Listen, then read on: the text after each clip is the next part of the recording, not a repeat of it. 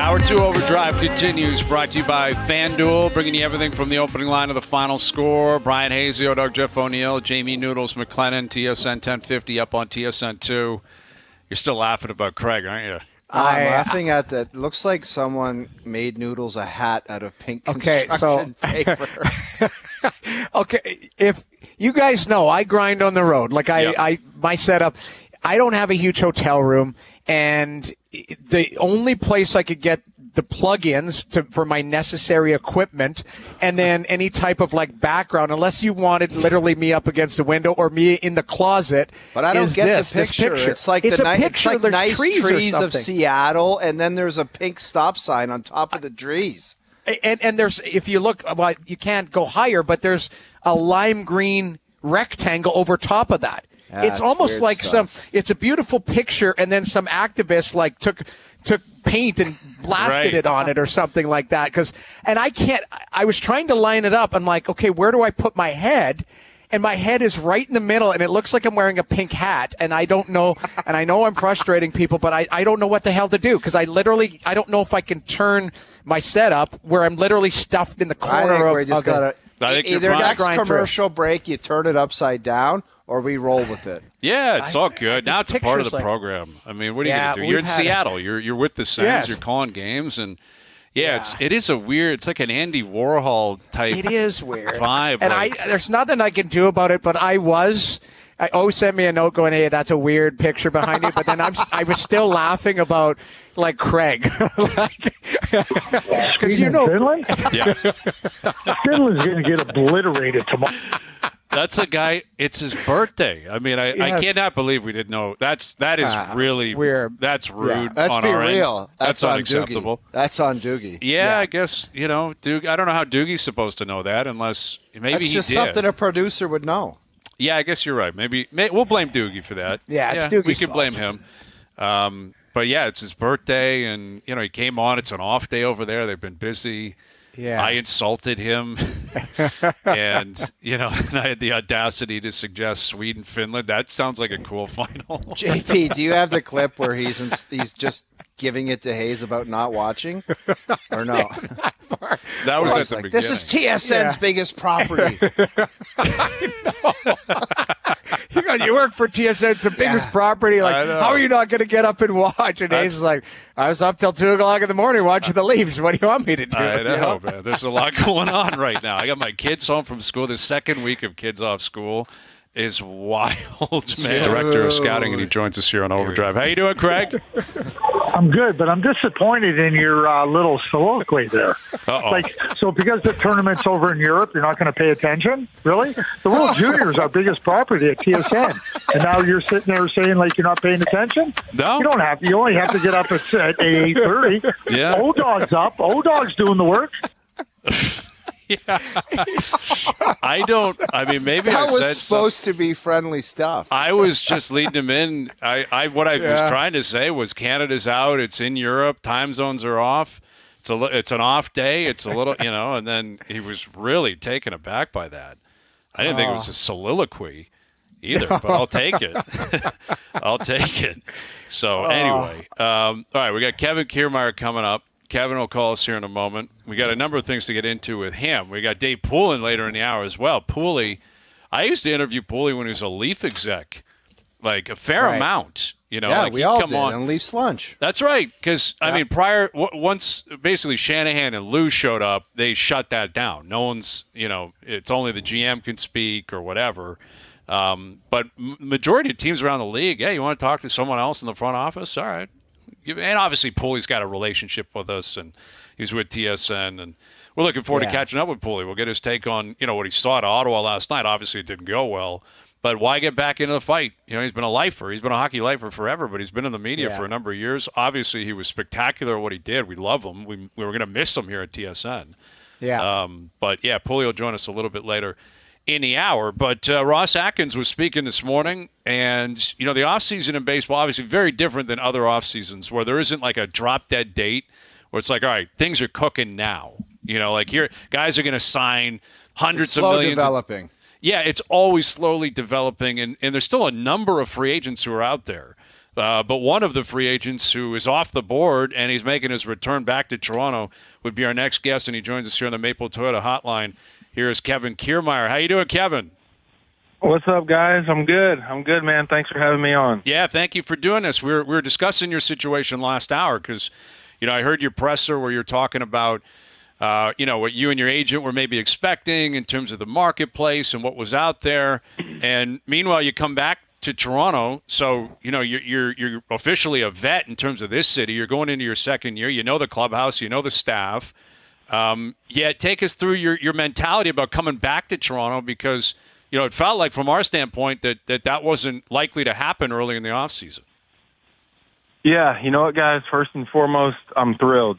I'm thrilled to be back. I am so lucky, and I've said this now ever since I've been a Blue Jay. There was no way I would have went to a more talented team. And I didn't know what to expect going into the off season. I said before the year that I planned on being the best 9-hole hitter in baseball, and I wanted to play Gold Glove caliber defense. I did exactly what I wanted to do from my end and just knowing my role on the team. And obviously, the season didn't end the way we wanted to, but I was happy from a personal standpoint, stayed healthy. That's what I wanted to prove to everyone that I could do with my recent track history, with what's gone on in my career. But, it was one of those things like we just didn't have as many teams interested me as we thought from the get-go. And it was surprising in a way, but at the same time, it's like, all right, whatever.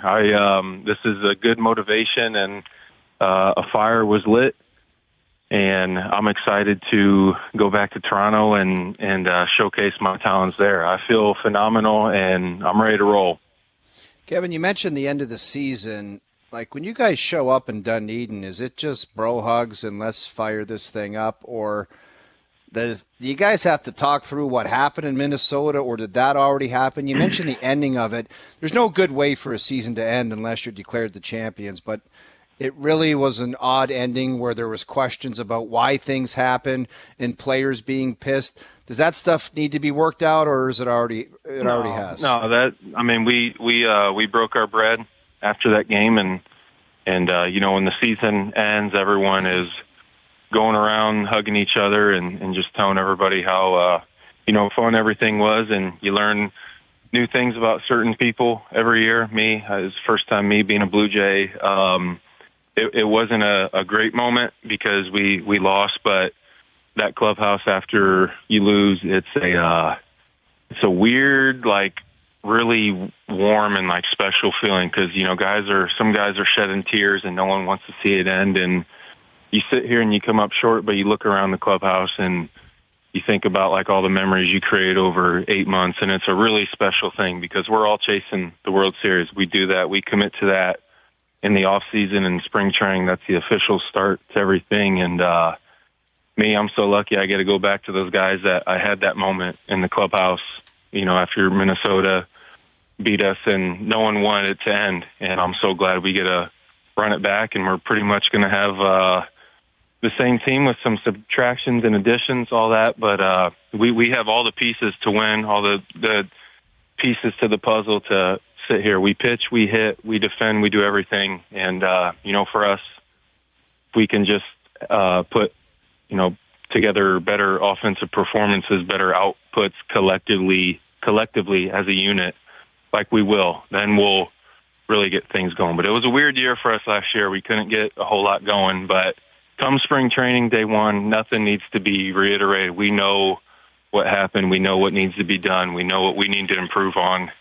And, it's up to us to sit here and try to perfect our craft and perform at a high level at a consistent basis. Because we got the talent on paper to do it this 2024 season. But we got to go out there and do it. And that's just, why we came up short. We didn't play good in the playoffs. We got out-pitched, out-hit, got beat fair and square. But it's a good reality check, and sometimes you need to get hit in the mouth. And for us, I think it'll be a whole new perspective going in this year. And I know guys are going to be hungry, and that's what you want.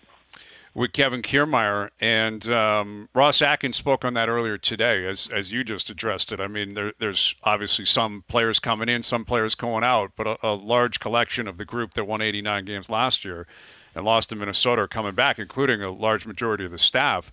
And Ross had spoken about internal improvement that I guess he is suggesting will be sparked by the approach the staff is going to have with the players, Yep. and I guess specifically with hitting. I'm curious if you can give us examples of what he might be talking about, like what was lacking last year from the staff that you would expect to change that will help you guys this year.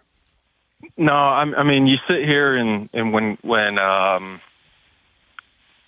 we had guys who probably wanted to have better seasons, and people always want someone to blame and point a finger at. But when it comes down to it, it was us, the players, where when we step into that batter's box, like we can sit here and talk about all the scouting reports and how we're going to attack guys and do certain things like that. But when you step in that batter's box, like we all kind of have our own plans, and we are going to go up there and try to give ourselves the best shot each and every time against any given pitcher in any day, any situation, whatever. Like we're going up there trying to, okay, like I want to hunt the first pitch fastball. I'm going to see him out and wait till I get to this pitch. We're doing, everyone does stuff like that but it was one of those things where I think, once again, just collectively, we never had like 5 or 6 guys firing on all cylinders. We usually had like 2 or 3 guys locked in, and other guys were searching. It was just like a circle of rotation of guys getting locked in and other guys trying to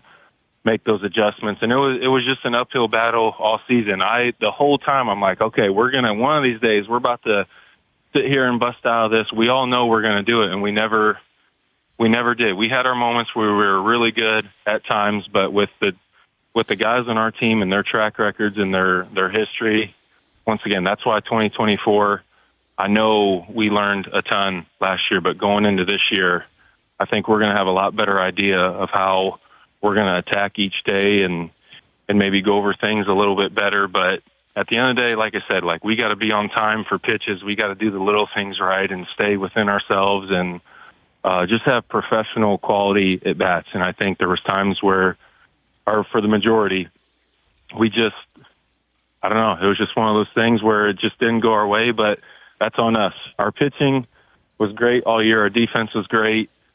And once again, we got Vlad, we got Bo, George, Kirky, dudes who can flat out absolutely bang, dudes who can hit, and a lot of other guys who I just didn't name who are valuable pieces to our team. But we definitely, lean on our horses, the superstars of the team, to do their thing. And there's guys like me who try to do their role a little bit more. But we all complement each other so much, like the power, guys who can just flat out hit, batting average, speed, athleticism. We got all that, and it's our job to just put all that together in 2024. And I have a really good feeling about that because, like I said, you sit here and you look in that clubhouse, Minnesota. We stay in touch in the off season.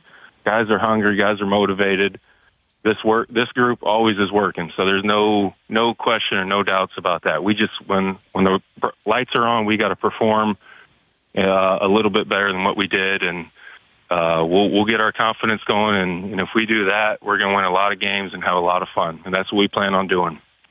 Were you like everyone else, Kevin, with the Ohtani craziness that was going on? We started a show tracking an airplane that we thought was coming to Toronto. That ultimately was not even – we know what it was, but were you tracking that nonsense or what?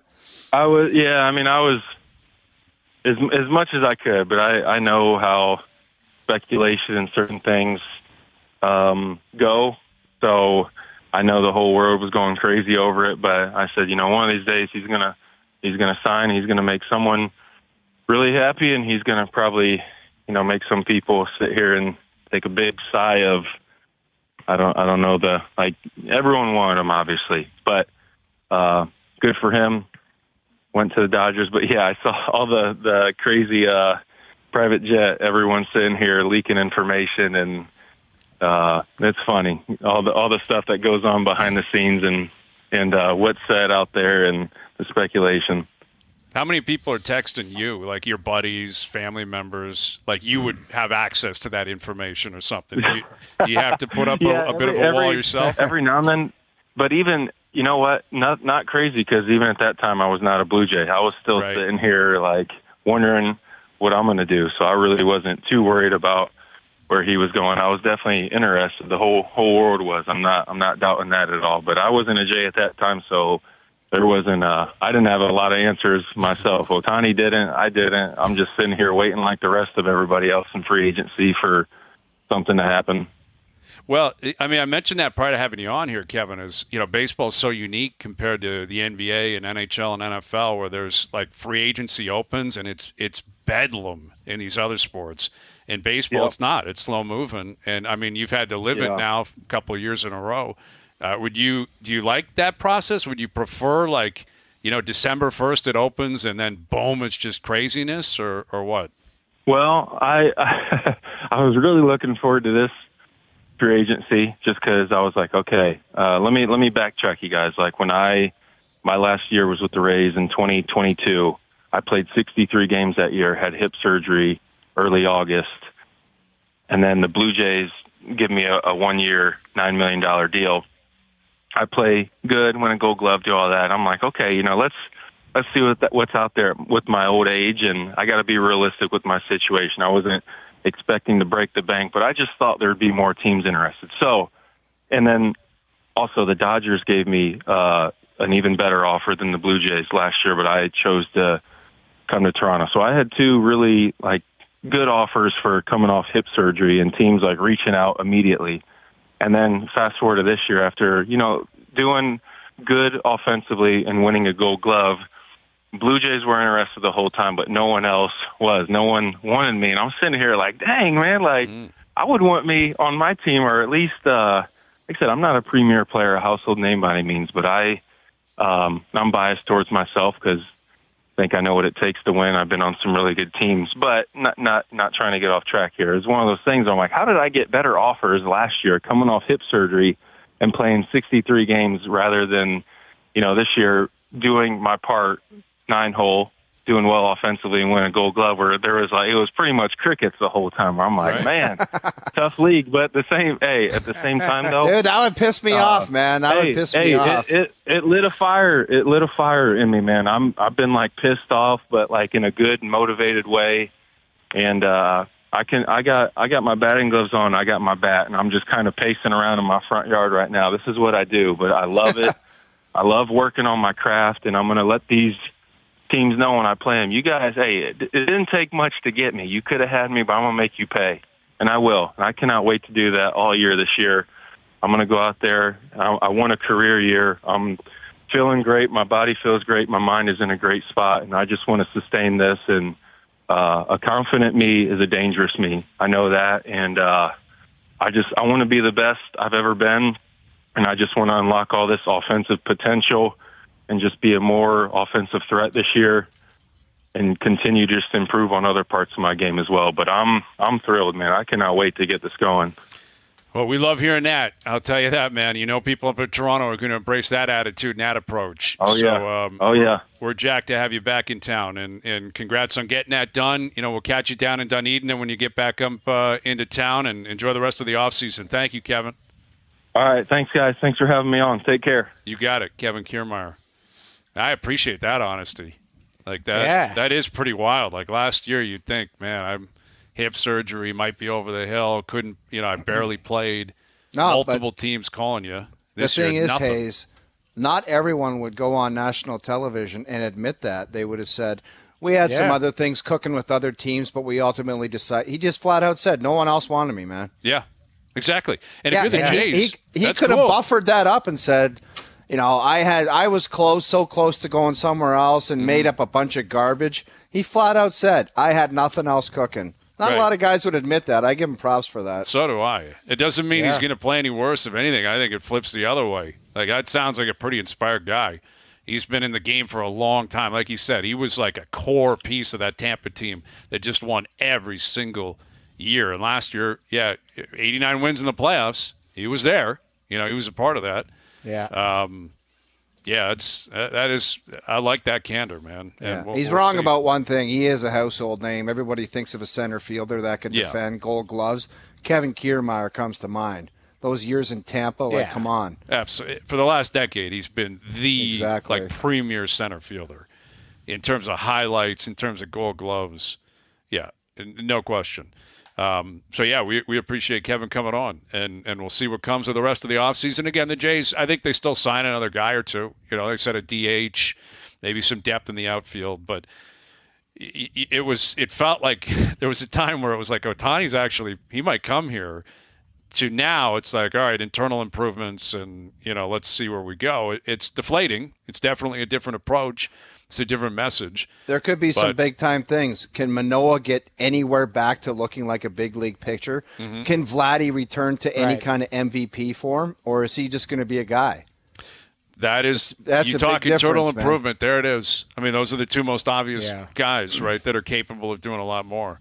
No kidding. And if Alejandro Kirk gets back to where he was, 2 years ago, that's going to go a long way as well. They picked him over Marino. Like, that's really what it came. Yes, Darshow was the guy that came the other way, but it was because they liked Kirk and Jansen. And, Alejandro Kirk's got to be way better. All right, so thanks again to Kevin Kiermaier. Dave Poulin coming up. Back into the Leaf win last night. The Leafs back in action tonight. Raptors in action tonight. PGA Tour's back out in Hawaii and Kapalua. We'll have picks, and we'll get into the Roy McIlroy commentary on Liv and how he looks back on his original comments as well. Darren Dreger coming up, and Jerry's percentages just after 6 o'clock. Overdrive continues. TSN 1050 and on TSN 2. All right, Dave Poulin coming up here in just a few moments. Back in the hockey world, back as an executive for the Ottawa Senators. So we'll catch up with Poulie here in a few moments. Lots of NHL news and notes across the country. Obviously, the Leafs with a win last night. They're back in action tonight. McDavid with 5 points last night. And Edmonton's won 6 in a row, I believe. How about the quality of them, though? If they that's a highlight reel for some guys' careers. Oh, McDavid, it's crazy what this guy now. Like he's obviously he hit 900 points for his career last night, which is wild, just absurd. And I think he's up to 902 after last night. And people are doing the math on the idea of him hitting 1,000 before the end of this season. It's like, can he average 2.12 points per game or whatever the rest of the way? And it's tough to put anything past him. It's going to be very difficult. But the guy's a machine. Like, he's an absolute freak of nature. And they're rolling. Like, he's he's sparked that. Like, they've won 6 in a row. They're 14-3 in their last 17. Like, they're starting to at least come to life and look like. And apparently, like, there's been some stats out there where the records, if you mirrored each other from last year to this year, it's kind of bang on. This is where they went on that run last year. Mm-hmm. They had to have this run just to get back in it. They're a point, I think, out of a wild card spot now. Right. But it's, you look at them, confidence is a crazy thing. But the other thing, in doing my due diligence, guys, like, being around the rink, this Knobloch, this coach, a lot more respected than I thought. Like, and that's, I don't want to be disrespectful to him. We didn't, he's a name, it wasn't. Noodles, we thought they were bringing in the guy's junior coach. That's what we thought. Exactly. That's what I thought. That's what exactly. It was. I talked to an NHL coach the other day. They were like, that guy is really sharp. Like, he was known as an up-and-comer, really sharp. Yes, he was Connor McDavid's junior coach. He's got a relationship with Jeff Jackson, all of that type of stuff. So I get that. But it wasn't like, hey, this guy's a garden gnome and he's just, he's just back there in a suit type of thing. Like, that was, you know what I mean? Like, there was whispers out there where it's like, okay, McDavid brought in his guy, and it's, we all know. We saw it. You saw where the team was at that point. But, talking to other coaches, his peers, going like, that guy is known as a really sharp guy. So it's kind of a feather in his cap, as opposed to, like, he's had some adjustments, where he's flipped guys. Evander Kane moved that, Ryan McLeod now playing with Draisaitl and Fogle. They've found some magic. So if you look at it, that takes some stones to go in there and tell Draisaitl, hey, you're playing with Warren Fogle and McLeod now. He would, like, maybe the initial thought would be like, screw you, pal. No, I'm not. Right. But they're scoring every night. Well, it was a healthy scratch of Connor Brown. That was his guy in Erie. Like, that was his guy. And it was like, which, as it should be, if you're in the National Hockey League, it doesn't matter where you played junior a decade ago. But, and let's call it what it is as well. Stuart Skinner's starting to make some stops. Like, that doesn't hurt. He's 10-2. 10-2 in his last 12. Like, all of a sudden, he looks – the thing is that he still needs help. I keep coming back to this. Like, he's not a 65-game starter. So, Calvin Pickard done his job so far. But if you're trying to go deep into the playoffs, like, they still need to help it. They need to help what Skinner. I don't understand, Noodles, they need help out there. How much would it cost to go get Jake Allen to be his backup and give him some support? Like, what would that cost? Why the hell are they waiting around for it? Okay, so let me ask you this then. It sounds like, from what I hear, that the price has been set for Jake Allen. The price has been set for a couple other. I don't know. I haven't heard what the price is, but it sounds like it's pretty steep because there's probably a 5-pack of teams, including Brad Treliving, that's probably called and said, what's it going to take to get Jake Allen out of there? And the price is probably too high for managers to go, that we're not paying that. I just love that. Jake The price is whatever anyone's going to give you. That's what the price is. Well, that's the game of chicken, right? At some point, there's an expiration date. Oh, sure. And Montreal has the luxury of saying, we don't have to do this. So, yeah, we don't need to help you out. You're desperate, right? We know who they are. It's Edmonton, Jersey, Carolina, Toronto, maybe Tampa for a backup. Maybe, there's maybe LA. Colorado. Exactly. There's a number of teams. But that's what it is. Yeah, that's what it is. So the price is probably set on some of these players that it's too rich right now. So managers are like, okay, let's see what we got in-house here. We're still treading water. We talked about it with, the Leafs, but at least Edmonton has kind of pulled their way out of it. And you mentioned it, Brian, like Skinner's looked a lot more like the player that they wanted. Yeah. Well, we got a guy on the line who we used to bring in to ask these type of questions or to join us in this conversation. What do you think it would cost to get this guy? We got to be professional now. We got to be professional. I know that. We're not. Well, now he's setting the prices, right? He's back in the game, back where he belongs, though. I mean, Dave Poulin's one of our favorites. We're going to miss him so much here at TSN, but he's back in the game. He's back in Ottawa, the senior VP of hockey operations in Ottawa. Here's our buddy Dave Poulin. Poulie, congrats. How you doing, buddy? I'm doing great, gentlemen. It's been a whirlwind 72 hours, to say the least, and I'm laughing because I just heard what you guys were talking about. I'm like, I don't think I can talk about that. Right, exactly. Like, what do I think I can get for O in a trade? Like, that's tampering. I can't tamper with TSN on O's value. That's right. So I'm sort of straightening things out. It has been an incredibly hectic few days as this all came together. It accelerated very late in the year for a variety of reasons. And I literally, after the press conference, there was a game that night. And then, 12 hours later, I'm on the team plane to Vancouver. We played there last night. Now I'm sitting in Seattle. Jamie's somewhere in the area, isn't he? Jamie, you're around here, aren't you? There we go. Yeah. I think we're going to connect in a little bit. And it's been great. It's been terrific. It's sort of a combination of everything I've done. And, the skill set that they were looking for to complement Steve Staios is a combination of what my hockey life has been. So I'm really looking forward to it. Poulie, I know you take, compared to me sitting beside you for 10 years, a lot more notes than me. And I know you've got notes on every guy from Ottawa. You've done a bunch of Ottawa games. Moving into this position, how do things translate? Do the notes just get pushed away and you say, I got to put eyes on this guy firsthand? I got to be ice level at practice and just formulate a different opinion? Or what do you do with your notes that you've collected? It's probably a combination of the two things. What I quickly figured out is something I probably didn't appreciate enough is how objective I was watching a hockey game for the last 10 years. Because it really didn't matter to me in media who won and lost. Yeah. And we obviously have broadcast partnerships, but I think to our credit, we still do a game very much from a neutral standpoint where we look at it and you say, okay, well, if that player made a bad play, he made a bad play. He didn't make a bad play because I signed him to too big a contract, or I didn't like the trade I made for him, or I'm trying to trade him out, and when you're with a team, it's very different. You look at everything from your standpoint. But I'm not sure I appreciated how much, and we sat on that panel, that we just watched the game. And if something happened, and it was great, you would give that person accolades. And if something happened and they made a huge blunder, you would tear them apart.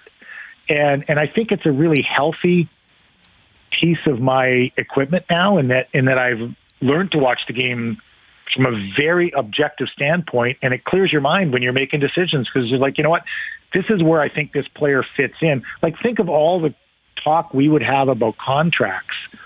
It didn't matter to our salary cap, it didn't. It just like, this is what we think the player's worth, and now it's very different. But I think it's a combination of the two things, though. I think I can use some of the objectivity and also then look at the player and say, okay, how does he fit into the Ottawa Senators' plans from a cap standpoint, from a positional standpoint, what effect he has on other players' standpoint. And so you're bringing a fresh set of eyes into the equation.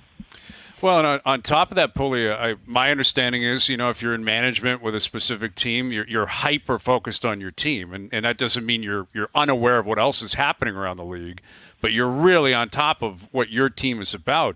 Where meanwhile, for the last number of years, you've been watching the Leafs play a lot, Tampa play a lot, Boston play a lot, all these different teams from that viewpoint you just described. And I'm curious if, Staios and company in Ottawa, they must feel like that could be a real benefit as well, Poulie, because you're walking in with a wealth of knowledge on all these other teams you're going to be competing against.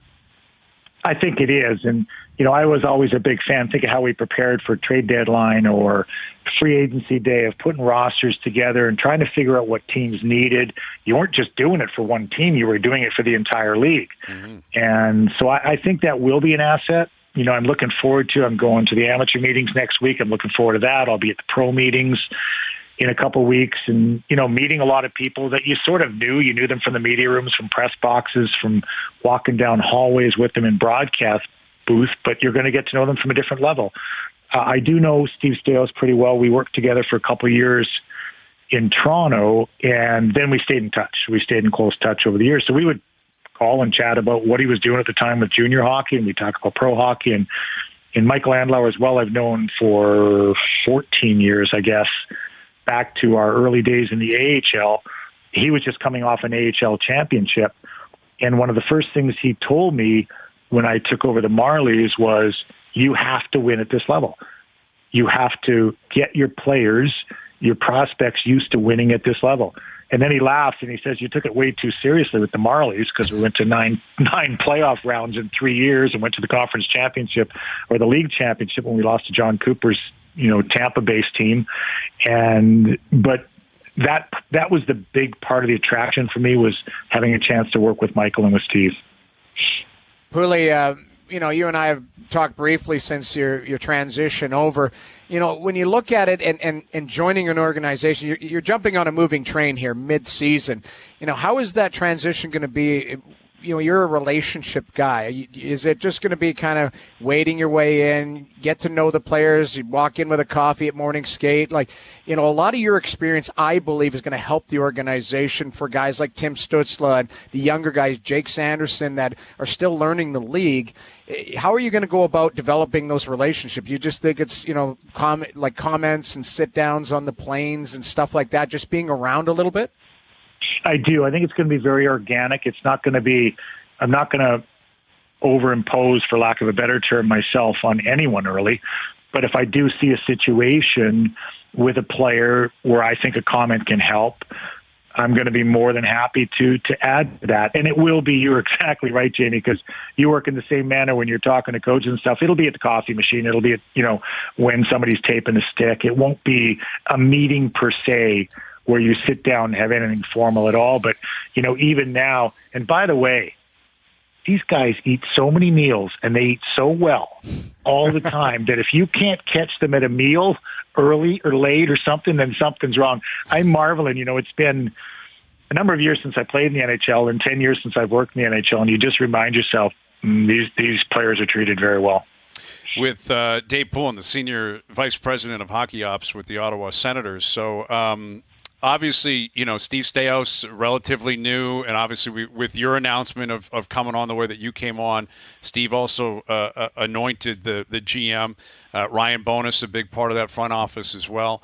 And what you're walking into here, Poulie, where you've got a lot of talent, a lot of players locked up, but it's been very disappointing. Like, we know what it is. It's been a disappointing year in Ottawa. And you're going to get this when you walk around the streets in Ottawa because you're such a public figure. People are going to be asking you, how are you going to turn it around? Like, what's going to happen here? And I'm curious how much of the focus is like the big picture? Like, how do you attack that question that you're well aware of this, Steve's well aware of it, Michael Andlauer's well aware of it, the fan base is starving for some winning in Ottawa? Well, we have to see this team healthy first. That's number one. We'll be reintroducing Shane Pinto in the lineup in the next couple of weeks, after 41 games out. He'll be a missing piece. Matthew Joseph has been out. Ridley Gregg is back and healthy now. Thomas Chabot just back for 2 games. So I think we have to see this team healthy and on the ice and see what we have. But with the construction of any team, this is going to be about just that. We have some great pieces. We have some talented pieces. But how do they all fit together? That's going to be the fun part. Steve and I have probably talked about that the most, about the fabric and components of a team and what exactly we have and what we don't have. Because if you take, maybe the third line wingers, whomever they are, okay, well, if you play with a Ridley Gregg who's got literally, just more than single digits in number of games played in the NHL, or you're playing with a talented young player like Shane Pinto, how's that going to affect those two guys? What are they going to bring to the team then? It's going to bump people up and down the lineup. And what's going to happen with that? And Chabot just back in the lineup, how does that affect the group? Takes less minutes for Jake Sanderson. But I think the fun part is going to be truly the fabric of what we want to do, the type of team that we want to build. It's going to be hard to play against. It's not going to be fun to play against. It's going to be hard to play against. And, it's interesting, guys. We were in Van last night and got absolutely waxed in the first period and then leveled things a little bit, but the game was out of hand at that point. And I sent a note to my former roommate and the head coach of the Vancouver Canucks, Rick Tocchet, and said, wow, your team really played great, and they're above the puck, and they're doing this, and they're doing that. And there was one instance where Mikheyev had a back check. I was thinking about you, because Mikheyev had a back check, like a brilliant back check to strip the puck and squeeze the player right into the D. And all I could think about was yours and my conversations about him. He's a different player right now. Mm-hmm. And I give the coaches a lot of credit there. I mean, JT Miller, and he is playing so hard right now. They're playing fast. They're playing tough. A lot of the things that I had long conversations with Rick about last year are some of the things we're dealing with right now. And, he's been able to turn the corner. And if you guys, that Vancouver team, I know they went through Toronto pretty early, but they are playing well right now. And I give the head coach a lot of credit. Yeah, man, you're right, Poulie. They are legit. Like it's Dave. You call him Dave. It's Dave. Sorry, Dave. Dave. I gotta get it's professional. I forgot about now that's funny. Now that is funny. Yeah, it's Dave. My apologies. I mean, what are you gonna miss most about doing media, Poulie? Or Dave? You've been doing it for so long. Explain. Take us, back into your media days that were alive and well like 3 or 4 days ago. What are you going to miss about hanging out with buffoons like us? Well, I think the number one thing is being called Poulie. I think I'm going to miss that a lot because I was very comfortable with that. My 10 years at TSN, guys, was about the people. And I really didn't know anybody well coming in. All of a sudden I'm sitting beside O on the panel. I didn't know O, and I didn't really know James Duffy. And I might have known Bobby Mack the best out of the group, and Dregs I really didn't know at all. The people I worked with, all the people in front of the camera, I mean, to a person, it is such a talented group of people. And, you'd be working panels and, you'd be thrust into different situations. You'd be working with Laura Dyke and, Lindsay Hamilton, Tessa Bonham, and Carol Waglin, just such talented people. All the people on the Sports Center shows that you jumped in with. Mm-hmm. But the people behind the scenes, the cameramen, the sound guys, all the, the Rennies and Arties and guys of the world, Matts, and they're so talented and they're so good. And you go in every night with full confidence that you're going to have a good show because of the makeup of that room. And, guys like Puffy, and it's a really talented group. I'm not sure the talent from top to bottom gets enough credit. The producers, the directors, the Billy Dodsons, the Jeff Mocks of the world, and it's just a great group of people that I'm going to miss. Well, we're going to miss you too, Dave. It was a great ride, that's for sure. Stop that already. Yeah, it's Poulie from here on out. It's got to be. But obviously, we wish you nothing but success. It's a great gig. It's a cool gig. Tell Ryan Bonus to loosen up his suits a little bit. They're way too tight. I've known Bonus for a long time. It's a good suit, but just a little Ryan bit looser. Bonus gave me a full scouting report of certain Bryan Hayes at St. Mary's today. I got the full suit. Oh, yeah, so Bonesy and I have known a him lot a long of time. info on Bryan Hayes now, guys, that I did not have previously. He might have been at the casino. I can't remember. He may have popped in for a game or two back in the day. So, congrats on this, Poulie, and good luck with it, buddy. Stay in touch, and we'll do it again soon. Thank you, gentlemen. Good luck with everything there. You got it. There's Dave Poulin, the Senior VP of Hockey Operations with the Ottawa Senators. Yeah. Poulie's such a great guy, and he's been doing stuff with us forever, obviously. But he's a hockey lifer. He obviously played the game in management, coaching, Notre Dame, agency stuff. There's been so many different things he's done throughout his career, and Ottawa's lucky to have him, and Steve Stais is a hockey lifer as well, and it's just such a weird conundrum in Ottawa. You're around it all the time, Noodles. Like they have talent. They've got, and every year it's like, all right, this is the year. Like they're gonna do it, and then it just doesn't make sense. And this is the job. This is what they have to figure out. The thing I don't understand, and everybody says that when you get to the NHL, it's not a developmental league.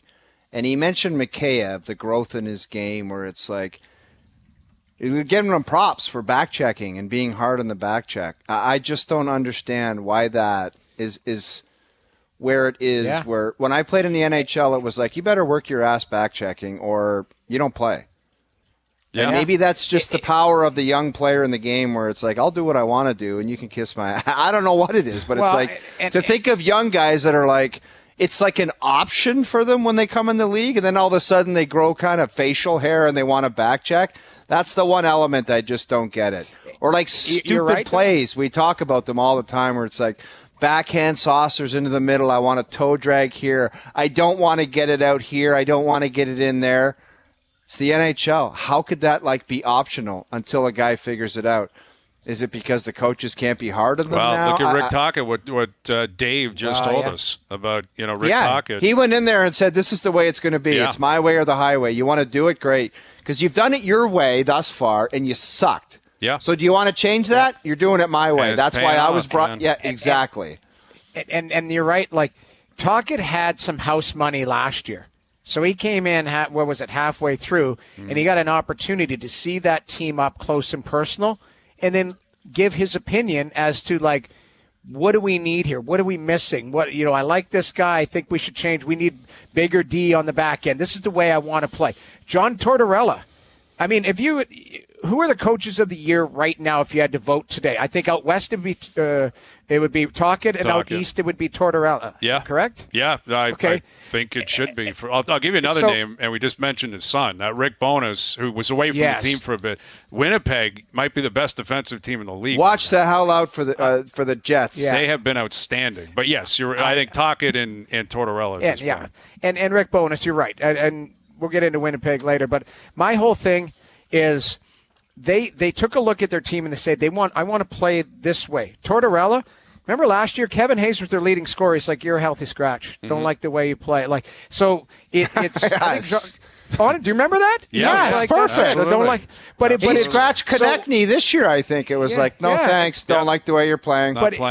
But that's, I spent a little time with Rick yesterday and looking at things. And for me, he is demanding from his team the way he wants them to play. Got to be harder. You don't have to run guys through the boards. But I watched Quinn Hughes use his body last night to shield the puck and win a loose puck battle. Jamie, it's just one word. It's playing competitive. It's like you're a tough out. Who the hell wants to be have ownership of a team or manage or coach a team that's a soft out? Where it's like, I agree. Craig Button always talks about a specific playoff series where you can push an individual. If you can push a team out of a game, you got nothing. You got nothing. No, and people think I'm some dinosaur that I'm just talking out my ass and I don't know what I'm talking about. If you don't have any type of competitiveness or be a tough out, you've got nothing. That's you can right. talk about skill right. and doing all this other monkey business, stick handling around Connor McDavid, pylons and stuff like that. That's great. But if you're not a tough out, you got squat. End of story. Yeah. Darren Dreger coming up. Leafs back in action tonight. Jerry's percentages back in the fold in the new year just after 6 o'clock. Overdrive continues. TSN 1050 and on TSN 2. All right, TSN 1050's Leafs lineup is your chance to win Leaf tickets every week, all season long. Every weekday we announce a current or former Maple Leaf player. And on Fridays you have a chance to call in and name the Leaf lineup of the week. This week we're giving away tickets to see the Leafs play the Sharks January 9th. Plus, we're throwing in a $250 Vanilla Visa prepaid card with each pair of tickets to make it the ultimate game night. Vanilla Visa prepaid cards are available for purchase at Petro Canada. Your Maple Leaf player of the day is Kyle Wellwood.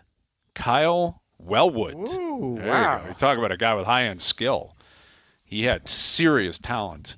That guy was really good. He was a good player. Yeah, he was a beast in the O. I was in the OHL. He's my age. He got traded for Spezza straight up, I believe. Yeah. That's how good he was. Yeah. In the O. Didn't he eat himself out of the league, though? Yeah, I don't think. I It's don't. unnecessary. That's something I would say. I don't know if nutrition. Like, and that was everything always a high priority. that was always the knock on him, right? Was his conditioning, right? Was Right. it not? Yeah, well, who Like- knows? Maybe new year, new Wellwood. I don't know. Maybe. He's going to be in shape this year. Yeah. Listen, it's all about positive attitudes. Finland's right? going to get obliterated. Oh, God, Yeah. man, I want Finland so badly tomorrow to just come out flying. Give me that one more time, JP. Come on. Sweden and Finland? Yeah. Finland's going to get obliterated tomorrow. All right, final hour coming up. Jerry's percentages, Darren Dreger, our best bets as well. Overdrive continues, TSN 1050 and on the TSN app.